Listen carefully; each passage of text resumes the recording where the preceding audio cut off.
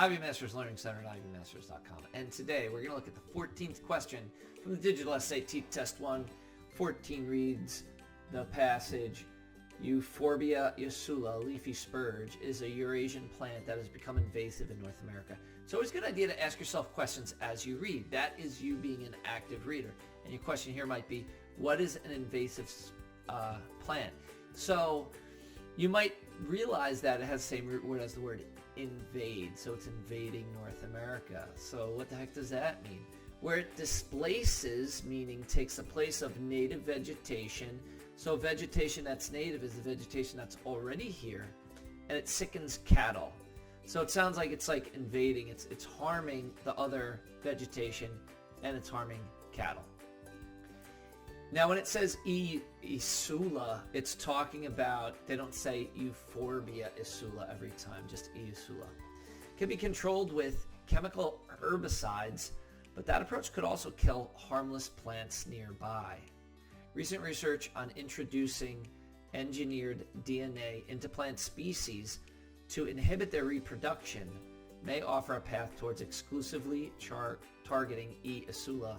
Consequently means as a result, and so basically it looks like they're engineering DNA, and it's going to stop the E. isula from reproducing somehow.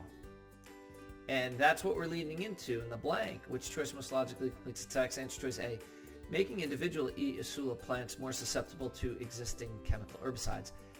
But the problem is, it's still going to kill the harmless plants nearby. A is gone. Answer choice B, enhancing the ecological benefits of E. isula in North America. Well, it's not really logical. Engineering their DNA, so all of a sudden they're going to go from like invading to helping out. There were no ecological benefits mentioned, so it can't enhance any ecological benefits. Answer choice C, enabling cattle to consume E. isula without becoming sick. That still doesn't address how we're going to not kill the harmless plants nearby. So it looks like answer choice D is going to have to be the correct answer. Reducing invasive E. isula numbers without harming other organisms. That plays right into the end of the last sentence, but that approach also kills harmless plants nearby.